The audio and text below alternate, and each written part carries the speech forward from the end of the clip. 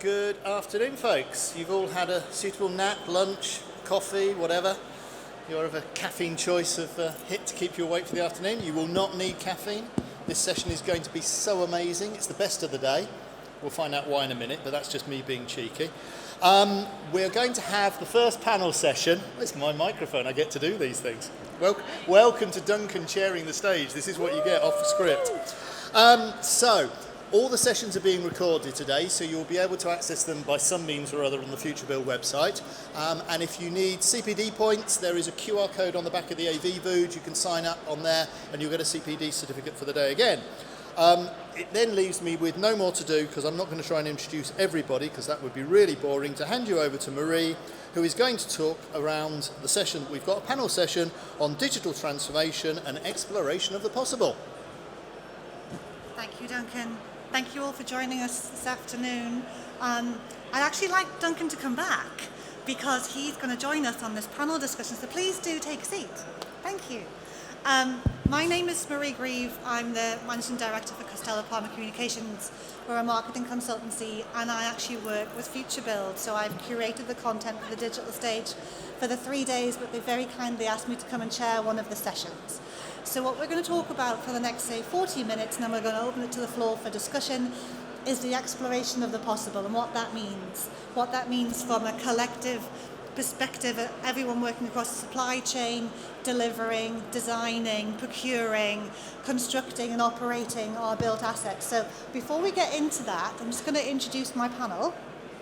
So I'm going to start on the end, and we have Martha Tazzini, I know I'll never get it right. You can tell everybody. You can tell everyone. From Foster and Partners.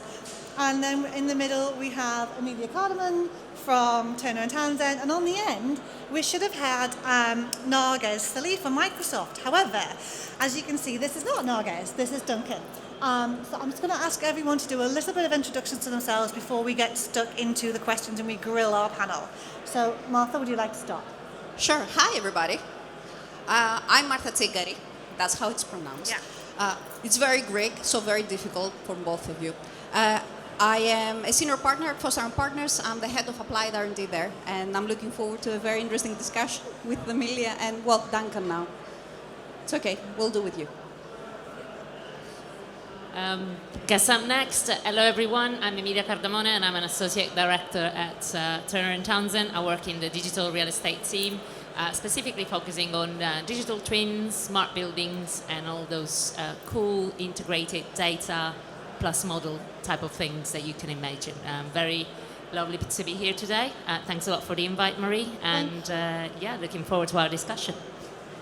Thank you. And yes, I am the super sub. You just thought I was a pretty face on the microphone earlier on. Now you're going to have to listen to me talk as well. My name's Duncan Reid. I've been working at Trimble for about 10 years now, technology vendor, both software and hardware. But I'm primarily here this afternoon in a more agnostic view, in that I run an organisation called Think BIM, which is one of the NEMA regions. So the NEMA region for Yorkshire and Humber, for those of you who remember UK BIM Alliance, it's now rebranded as NEMA, here on that sort of agnostic view of digital transformation. Thank you all. And I'm going to start with a really, really tricky question, and I'm going to throw this open to see who wants to answer it first. So let's define what is transformation, what is digital transformation, and how has that been sort of transformative for the construction industry for the past 5 years? So, Amelia, what's digital transformation?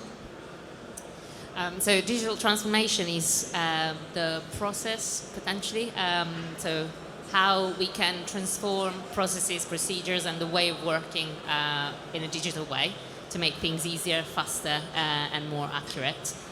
So it's something that is not just in the built that is just happening in the built environment. It's happening everywhere within every other industry.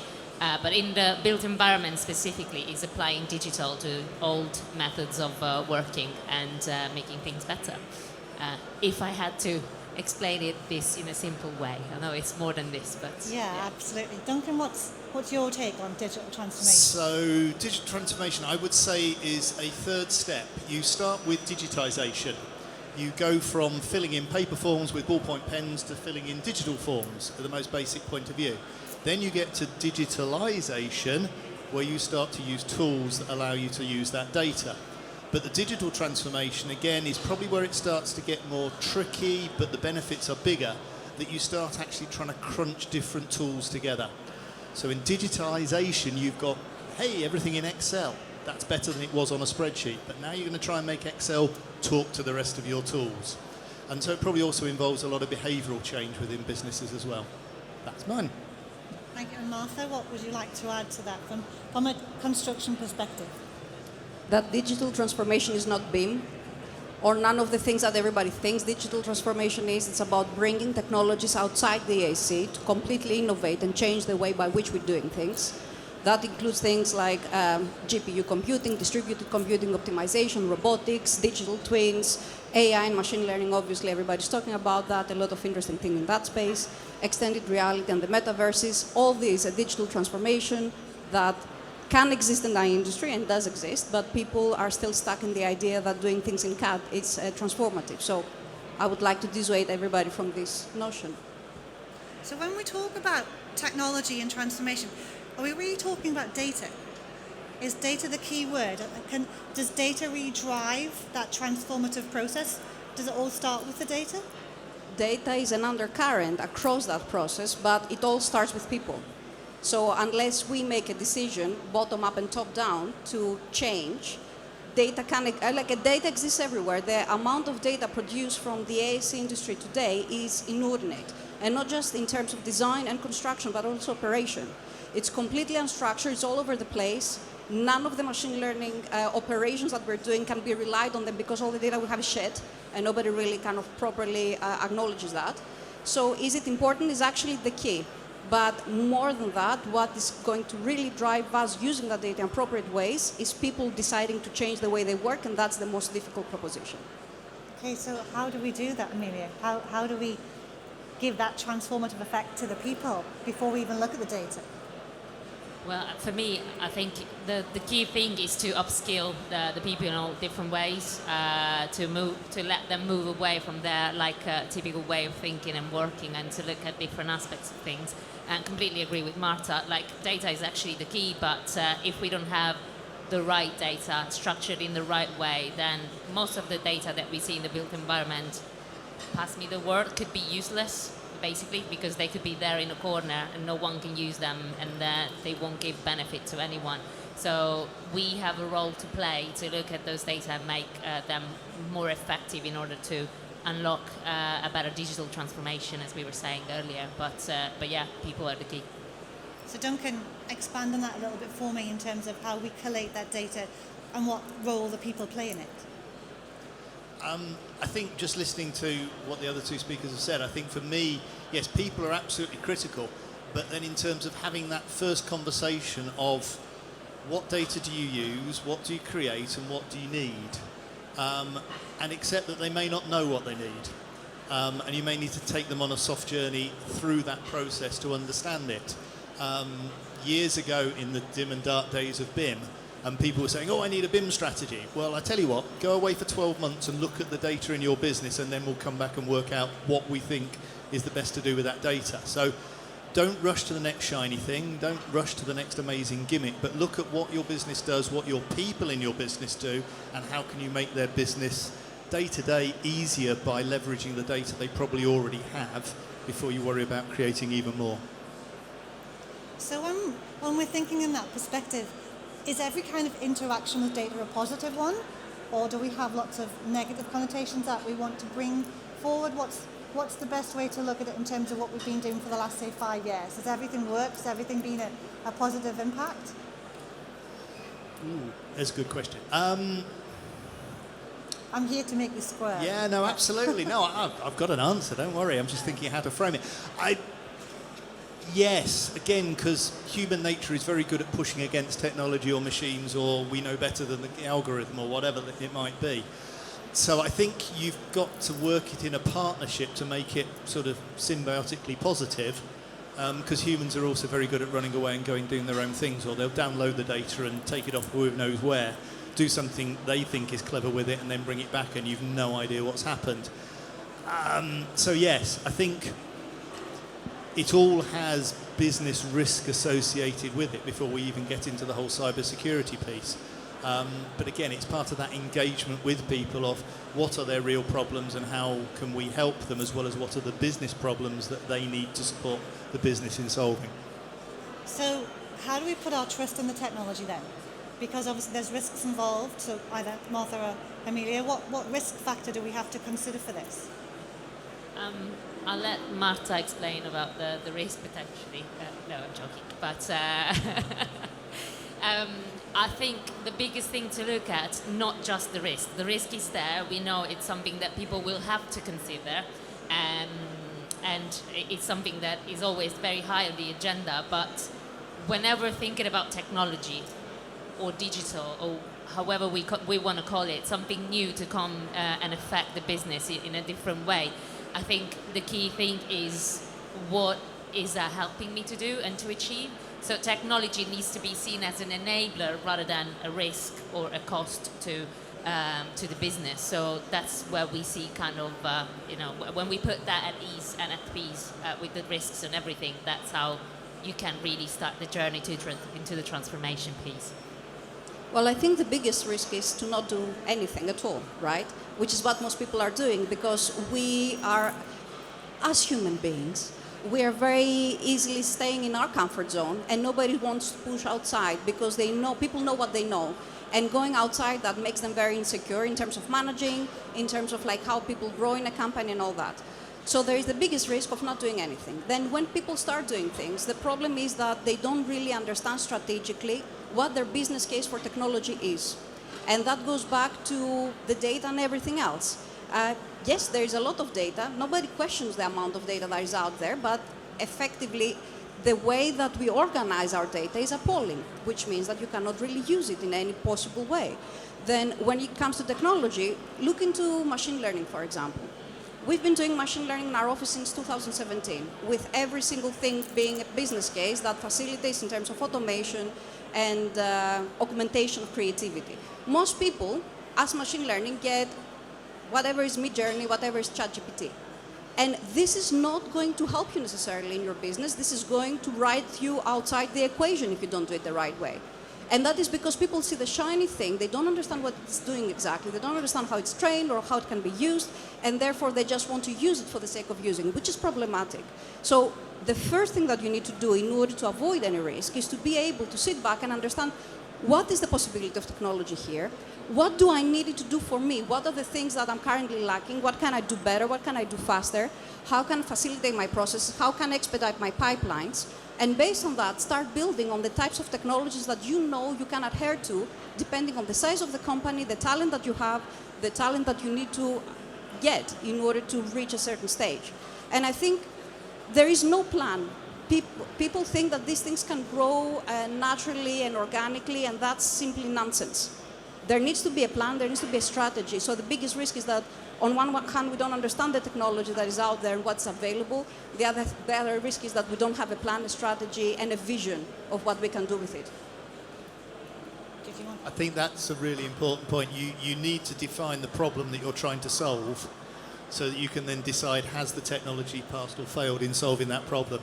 Scope creep is horrible. We see it in our physical asset delivery in the UK, and it's just as easy to have that in the digital assets that you're trying to work with as well, that things just scope and scope and scope, and suddenly like, well, this hasn't solved the problem. Well, what was the question? Oh, the question was a tenth of what we're now trying to solve. Of course it hasn't solved it. Yeah, and just to build upon that, it's very easy to then get lost, basically. You think about, yes, we're implementing this technology because this is going to solve this problem. And then you get along the journey and you get quite lost. And you're like, hang on, what was the question? What we were trying to solve? And you get basically like dragged into other technicalities that maybe this piece of software or this piece of technology can do, and just think about, go on a tangent, basically. So it's really important that whenever we implement a new piece of technology and a new piece of digital asset within an organization, that we have everything clear and mapped out properly so that it can have the best outcome and the best impact. So where does the question come from? So we've got to start from the basics. Who's responsible for the basics? Is that the client? Is that when we get the brief as to what the interpretation is? Where does kind of the responsibility lie from the baseline? If we're waiting for the client to set up whatever is important, then we'll have clients as they come with contracts that rather than saying, I want this to happen in BIM, they say, I want this to happen in Revit, because they don't know any better and they cannot understand the difference between Revit being a flavor of BIM and BIM in and of itself. So your position is to educate the client in a way and trying to work around what their concerns and interests and requirements are. So I don't think it comes from the client. It cannot come from the client. You cannot expect any company to be setting up their strategy and goals based on what their clientele needs necessarily, but based on what they think they can offer and how they can up their game. I'm going to just put this out quickly to the audience. When we mentioned the word BIM, who knows what BIM is? Put your hands up. So, not a lot. Duncan, over to you. Very, very quick fire. What's BIM? That's a horrible curveball to throw at me. Ta-dam. So, BIM is an acronym. Back to you, Marie. No. I can do it, yeah. BIM stands for Building Information Modelling. It's more than just bits of geometry or bits of data, it's collaboration. It probably also should be better information management, to remove the phrase of buildings, because it's just as important for infrastructure and it sits over the life cycle. So it's doing more with the data you've got, collecting more data and sharing, collaborating in a secure way and a professional way. What was the last question? Because I had a point I was going to say about that. I was just going to give an explanation as to what's BIM. So Mr. Think BIM here has done very, very well. Thank you. So, did you want to add to that? For me, for people who don't really understand what BIM is, never encountered it before, and I'll probably get shot by my colleagues over here, it's a digital project management tool. And it's not one particular software, it's a process it's a way of working. What Martha mentioned earlier is BIM's not the answer to everything, and it's absolutely not, but it's a good place to start. Would you agree?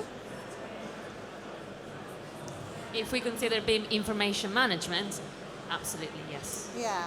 So just the title of our talk is Digital Transformation, the Exploration of the Possible. Are we a bit ahead of ourselves? Should we be concentrating on what's the question and how to solve it with the technology we've got now? Or should we be looking to the future as to the way that technology is going to solve our problems? Where are we at, Martha? We're horribly behind. We're one of the most backward-looking industry out there. A lot of the things that we're doing now, like in the notice in 2010 onwards, and we're so proud of doing, other industries have done in the 70s. We just do not grasp that. Machine learning that suddenly became the thing for the creatives has been out since the 1950s, right? And every single digital transformation that exists out there with the last industry to adhere to, which is extremely problematic if you think like the amount of money this industry has, how it affects sustainability in every possible way, and how it is, how it could be driven and how it's actually driven. So I don't think it's a matter of like looking too far out there. Even if we try to like pick up on things that we should already be doing, we're far behind. Like the time for preemptive action is in the past. And I don't think people get that. We all think we're so cool, but we're actually not. Yeah, I think the main thing for me, and I would always say it to a customer as well, is fundamentally you need to be doing things digitally in a very selfish way. If it's not protecting your risk or increasing your profit, why on earth are you doing it? First and foremost, it's got to help your own bottom line for your business. If it can then do other things for other businesses, and possibly you can sell that as a service, fantastic. But we're in an industry, as we've already said, that's currently got probably one of the highest level of business fails going on at the moment since COVID. People just can't make money. Now, if you can do something that actually means that you stay in business by working digitally, because you can process a piece of data in seconds rather than weeks, and we probably still are somewhere between those two, then you have a fighting chance of staying in business. Now, I know there's much bigger economic problems going on that we're not going to solve completely with digital and fair payments and all of that sort of stuff, but fundamentally, if it doesn't improve your own bottom line, you're not doing the right things or you're not seeing the right problems in your business. And that's where you need to be using that data, I would say. Completely agree with both. And yeah, but whilst like we are kind of the least advanced, let's say, from the industries, we need to acknowledge that actually is a sector that is kind of really important in the economy of this country and every other country. is normally like very high on top of the agenda, and not only for digitalization that obviously like we represent, but we need to do something. We need to speed up the process because of net zero and carbon emissions and all sorts of other drivers. So digital will be kind of the key to unlock other potentials within the industry. I guess from my perspective, and just to echo what Marta was saying, we basically need to grab from other industry and start to be more wiser and smarter and a bit selfish. I like that kind of word, and kind of learn from other industries and apply that to our own courtyard and just crack on with what we're doing. I guess we have put on kind of good foundations in the last 5 years, because I think that was the question. What did we do in the last 5 years? It's a good foundation, but are we there yet? Absolutely not. And as much as we like to think we are futuristic and there are some good tools and good things happening and good chats, are we there yet? No, we're not. So to get the foundations right would be potentially something that we all need to aspire to. But I have to say, I find what Duncan says very dangerous, because a lot of this transformation requires an upfront cost that you're not going to necessarily erase within a month or 6 months of doing that thing. It requires you investing in people, in hardware, in software, and in training. And this upfront cost is nothing to like shy away from, right? And that means that you may want to do that transformation, and it may mean that you may be not making the money that you're expecting the first 1-2 years. And that's why a lot of people in the industry say, yes, actually, you know what, I'm not making money from it. It's the same reason why people do not use sustainable solutions when they come, because they think, why should I be more sustainable? This is like an X upfront cost that I need to invest in the building, so I'm not going to do it, which means that then you have a stranded asset in 10 years' time because you were not being forward-thinking. So when you're talking about digital transformation, you need to decide that I will spend money now, rather than throwing like 100 people to do the same job that 3 people can do in a year's time, and then be really competitive against things that are coming and are going to make a lot of the things that we do obsolete. So it's either do or die in a sense. So it's not about how much profiting am I going to make now. You need to think in a horizon of like 5-6 years in these things. Otherwise, it's a lost cause, and you probably should not do it, and you probably won't have to, because you might not have an office in 5 years based on how things are going. So are we thinking technology is our digital colleague? Because many people fear technology is coming and taking over, and the robots are going to rule the world and we're all going to lose our jobs. They are. So that's one theory. So should we be fearful of that, or should we look at technology as our digital colleague? If you have fear, then you've lost, like, no matter what, at day one. So you need to work on it and together with it. That's the future. This is where we're going. So to fear it is just, for me, is not an option. And sorry. I think we need to make sure that our interactions with the digital technology in our business lives is as easy as the interactions in our personal lives.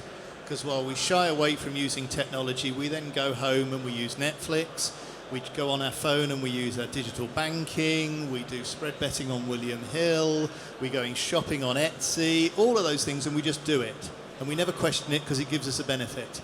And we need to get to the point that we see that in the way that we do our business lives as well. And again, that comes right back to that beginning of that behavioural change of getting people to understand, and the interfaces in the technology. Because yes, we're doing really complicated things. A building, an infrastructure asset is a complicated beast. It's not simple. But we've got to make the interactions with that data set as easy as just moving money between bank accounts. Well, we now know what apps you've got on your phone. Definitely. Yeah. Only one of those listed. I was just taking in the generality. Never bet in my life. Let's bring it back to what Martha said in the beginning then. So we've kind of come a full circle, and it's gone back to the people. It's not about the digital transformation of a thing or a process, the digital transformation of a person to actually engage and embrace the technology that's coming forward. Is that what we're saying, that we've kind of come that full circle? I think there is a need of like, how do you train people to do the right thing? But this needs to come bottom down, top down in many ways, right? Because I think that a lot of people have the will to do things differently, but this needs to somehow be enforced. And most people are hoping again that things are going to grow naturally and they don't. So is it about people? Yes, but usually it's of how you manage a company rather than like what the junior person who came in knowing Midjourney is going to do for you. Because then you have no strategy and that is a problem. And to your question before, do you go into that without fear? I would say, I think the brave thing to do is to go through things while you're afraid, and we should all be very much afraid of a lot of things that may happen if we don't use these technologies.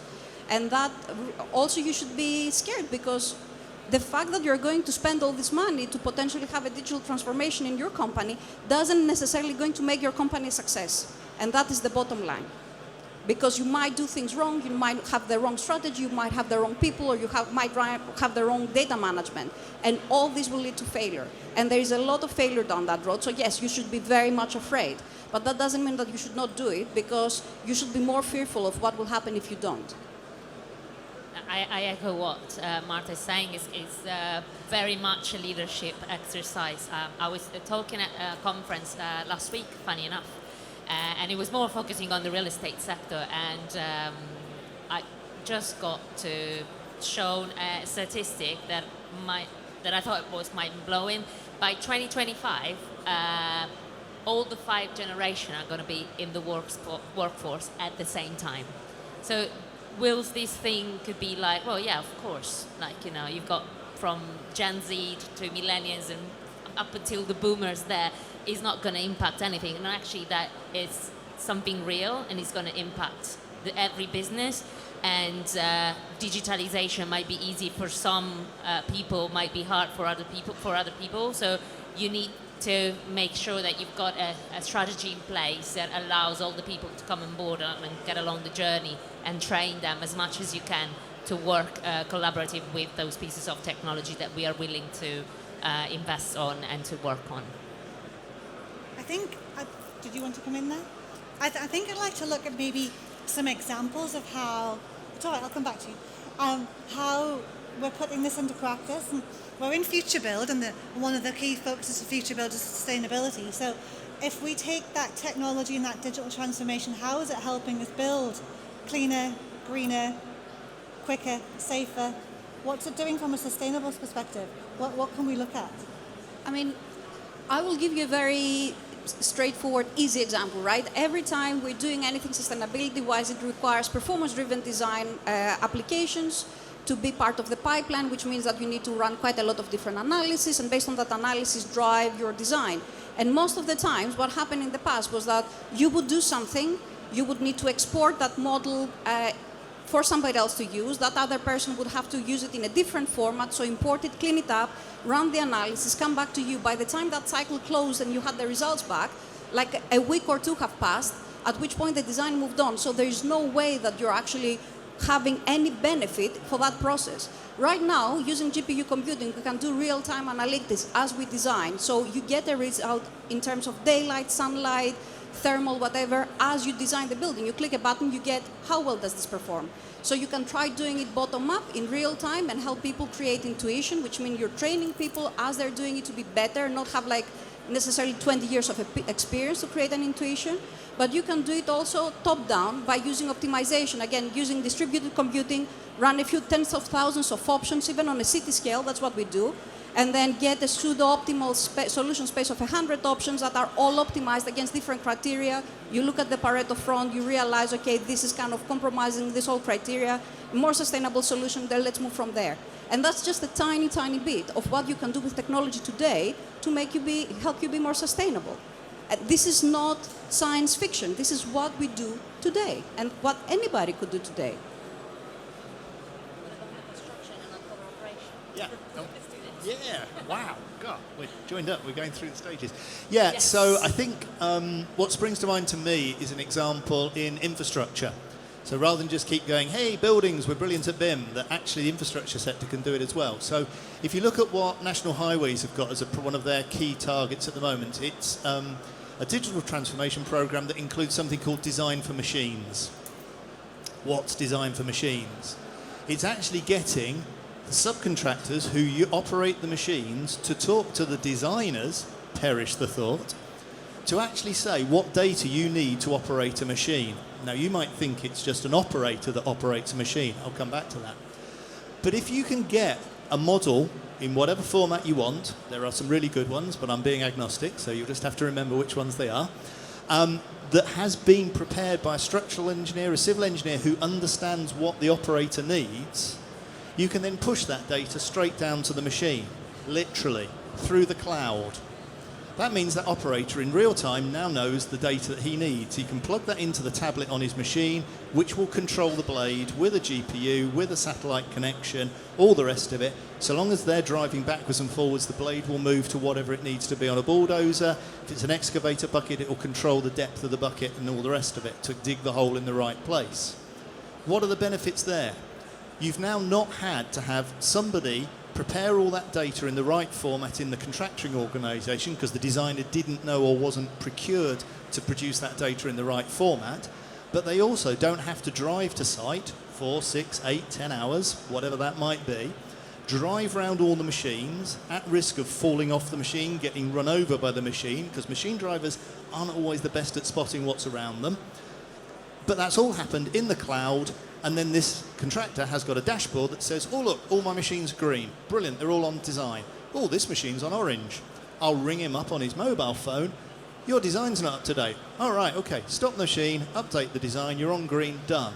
In real time.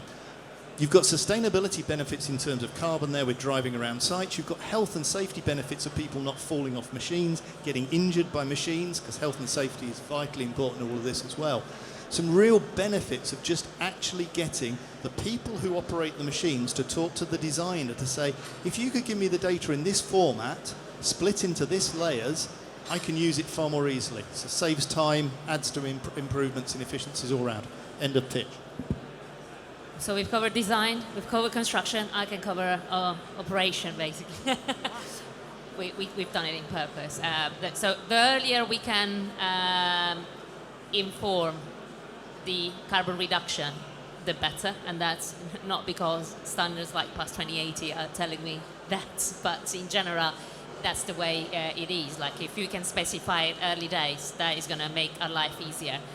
But as you can see, there are so many different things we can do right now, and we've got the technology that can back us up to drop down carbon emission and to be more sustainable. And if I'm thinking at the operational phase, within a building, you could potentially install sensors, overlay those different types of sensors, and rely on them and analyze the data by looking at when the energy is used versus the occupancy of the building. And this is kind of a very easy and silly exercise.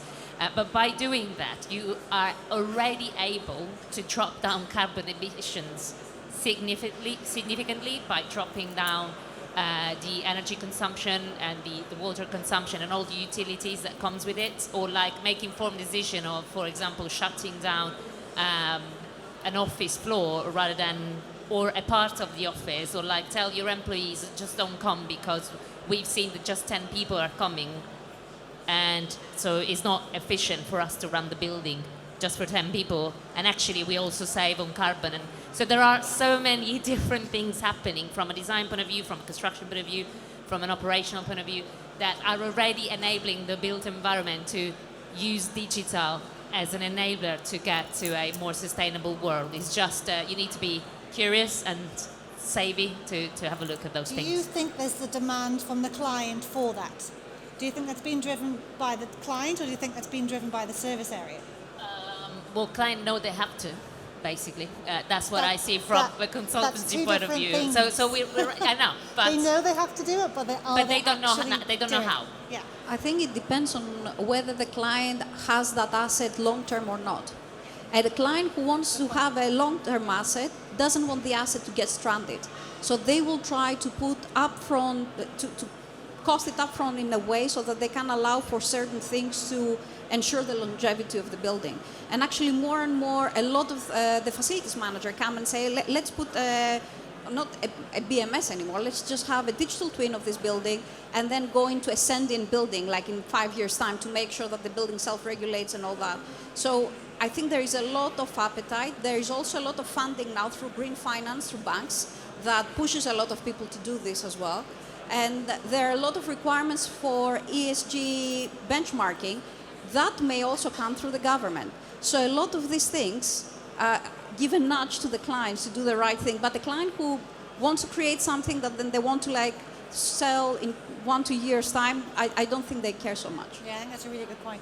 I think there'll be an element of carrot and stick around it, in that there will be further legislation that comes in, so people have got to demonstrate. If we get to carbon accounting, well, if you can actually work out what the real carbon in your asset is rather than what the tax office thinks because it's a 10-storey building, therefore we give you this number, and you can actually show that your number is less and you pay less tax, then there's obviously business benefits.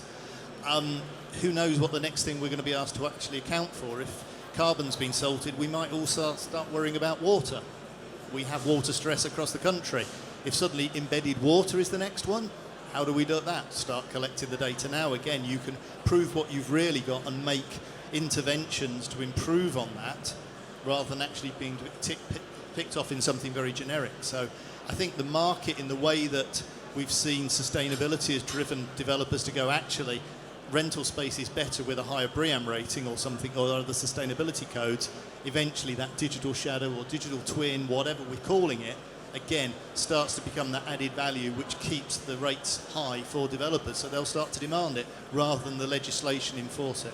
Amelia, did you want to Yeah, comment? just to expand on what both of them have said, like she touched on BMS, for example. Like BMS has been there for potentially 20, 30 years, 25 years, and most of the time we don't look at the data attached to the BMS. And so we could have done it. And most facilities managers don't know how to use it. Don't know how to use it as well, either. exactly. But it generates a large amount of data that we could have a look at and take actions in order to drop down energy consumption and carbon emissions.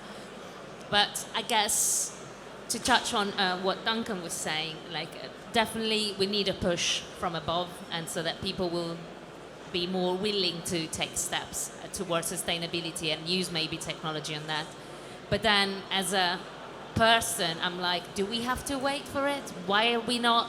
It's something that it touches every one of us, and I'm quite vocal about it because I'm quite passionate about sustainability in general, but we need to take a stand as future, not to use well done. You the got future that building, line. But we need to Emilia, do you it. know that humans, when given the opportunity, will always do the wrong thing. So we need to adhere to human nature and understand that people are not doing things for the goodness of their hearts. If that was the case, we would be in a much better world. We're not, and we're never going to be. So actually having the government giving incentive, having the bank giving you a better loan, all these things can help and give people a nudge. So you need to accept where we are and who we're dealing with all of us, our human nature, and move from there. Otherwise, if we just hope that people will see the light, this is never going to happen. And in 20 years, bye-bye. So we're going to come to the end of our time, and I feel like we could just go on all afternoon. What I'd like to do is each of you just give one key little takeaway. So for people in the audience that are maybe at the beginning of their digital transformation journey and not quite as advanced as you are, what's the key starting point? What would you recommend people look at first? Where do they start? Let's go along the line, Martha. I will first say that size does not matter. I think it sounds controversial, but really it doesn't. Even if you're a company of 10 people, you can make a huge difference. And actually, if you're a small company, digital transformation of whatever you want to call it, it's a much easier thing to do because you're much more agile. And I always give the example of in ancient Greece with a big kind of fighting with the Persians on the sea. The Persians had the biggest fleet with huge ships, and the Greeks had very small fleet, but their ships were small and agile, and they won all these battles because they had small and agile ships. And I think if you have a small company, you have a small agile ship that you can make go anywhere you want. So the first thing, size doesn't matter. The second thing is build a strategy. Do not go there, fingers crossed, hoping that things are going to happen. Nothing is going to happen unless you build a strategy and you enforce it top down. And that strategy has to do not just with, again, the idea of like what software and hardware you need to do, but who you have to hire. And they're not necessarily the people that you think you have to hire. For example, if you're a slightly larger company, having a chief data officer is absolutely essential. And that goes into my third point of know what your data is doing and don't have shed. Like make sure that you organize your data in such a way that you can actually use it and leverage the power that it gives you. Otherwise, it's a losing battle. Duncan, would you like to go next? I think first of all, do a bit of navel gazing as to what your real problems in your business are. Not the perceived problems or the ones that somebody's shouting about, but what the real problems the business might have that you think data can solve. Then go and do that trial and test and actually solve that problem, having defined specifically. So where we talked about don't have scope creep. And when you're in that trial with a software vendor or whatever it might be, or a tool, challenge that vendor. If they aren't giving you the results that they said they weren't, or there is something going a bit awry, then don't be afraid to actually pull them up and go, you said it would do this, it's not.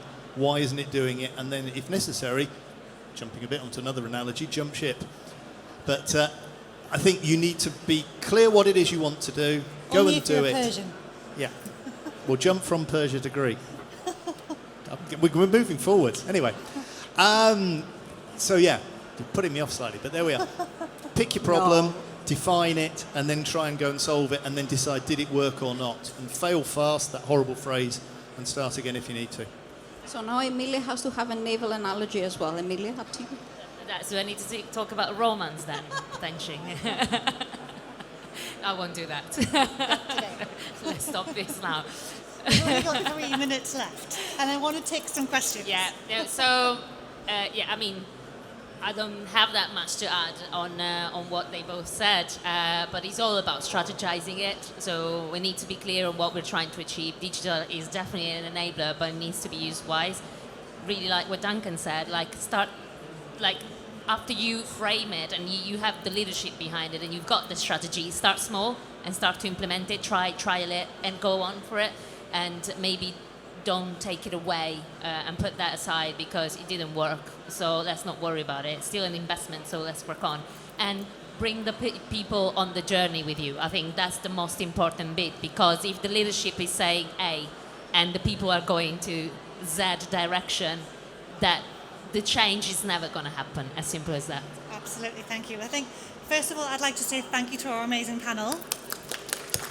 Thank you for your time, and thank you to our audience for listening. And I'm going to open it up to the floor. I'm surely we've got some questions. Do we have any questions?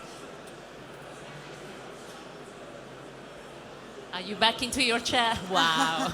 No, you can come and sit there. We should have it. I think we're limited to microphones, aren't we? So yeah. So I'm currently doing some research on innovation study and BIM as an innovation, and part of what is needed for an innovation to be diffused is change makers. And you mentioned the government, and then you've mentioned small businesses. So I'm trying to understand how much the government, the banks are doing, and other change makers are doing to help the smaller businesses. Because it seems like, she said, like the smaller businesses, it's meant to be easier for them to, take this digitalization. So how much are the change makers, like the government and banks, doing to help the smaller business? And are there any other people, like change makers, that can influence digitalization?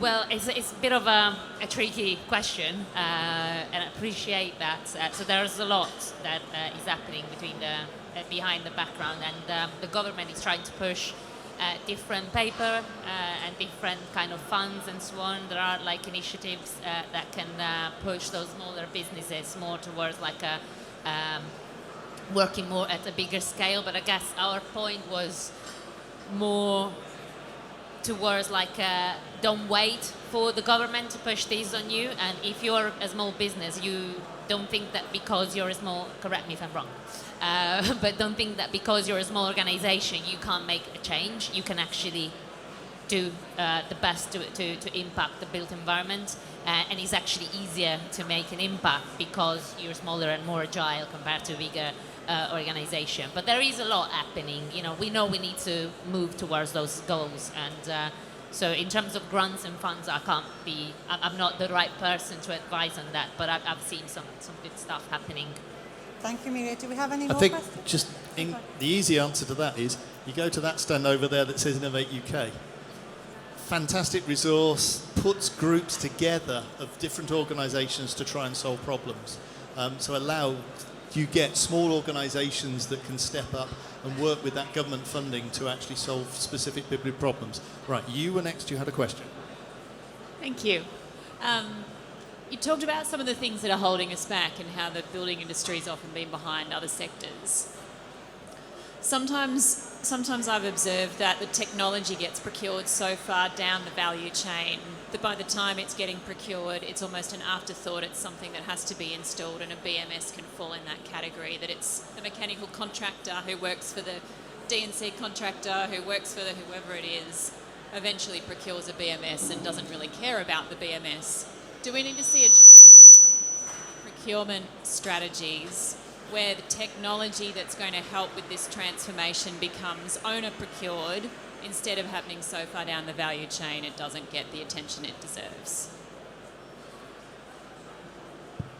Absolutely, and that's the problem, that there is no actual design strategy to begin with when you start with these things. And does procurement need to be client-led? I would say yes, if not totally, at least partially. And there are systems already that exist that can help you already from design, from concept design, start understanding procurement and costs now. So it is an afterthought because nobody cares enough to make it a forethought. And all I'm saying is you need to care enough and you need to make it part of your strategy. Am I on? Yes, I'm on now. Right. I think now taking my seat there and actually answering the question, I think what it comes down to for me is you've got to procure with a digital deliverable in mind, so that you then get to the other big word of BIM that we've not mentioned yet this afternoon, interestingly, of interoperability. Can the data from your product be moved relatively seamlessly into some other system? So not just selfishly doing BIM in one software solution, but move it to another. And historically, BMS systems were very, very proprietary. Nobody could even connect in. It was never in the BMS manufacturer's remit or desire to make it open. That's all changing.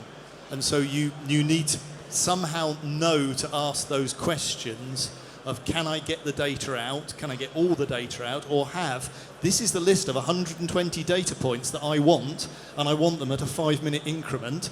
Prove to me that your system will do that, and then I can use it going forward, or it becomes a pass-fail in your procurement process. I think this is a thing of the past, right? The thing is that right now, nowadays, a lot of the sensors that are getting out there and a lot of the systems that are managing IoT systems altogether are quite good at getting different types of data and being able to read data series from different sensors. And their entire kind of languages like USD that was developed by Pixar is now start flooding the creative market is something that would allow for that interoperability to happen. And even Autodesk has seen that and trying to change like their tune in terms of like how they're trying to do this. So I think this has been a problem for many years. This problem is not going to be there forever because we're going into microservices. So rather than having one big sort of thing that does everything, you have microservices that just talk with each other. And therefore, that's why we need to start thinking in different ways by which we can take advantage of that technology that, again, existed there for many, many years and build new pipelines that will facilitate a lot of these things. I'm going to have to stop everybody there. Thank you so much. We literally could go on all afternoon, but we're out of time and I'm getting a signal from the back saying get off. So thank you all very much for listening, and thank you to our amazing panel.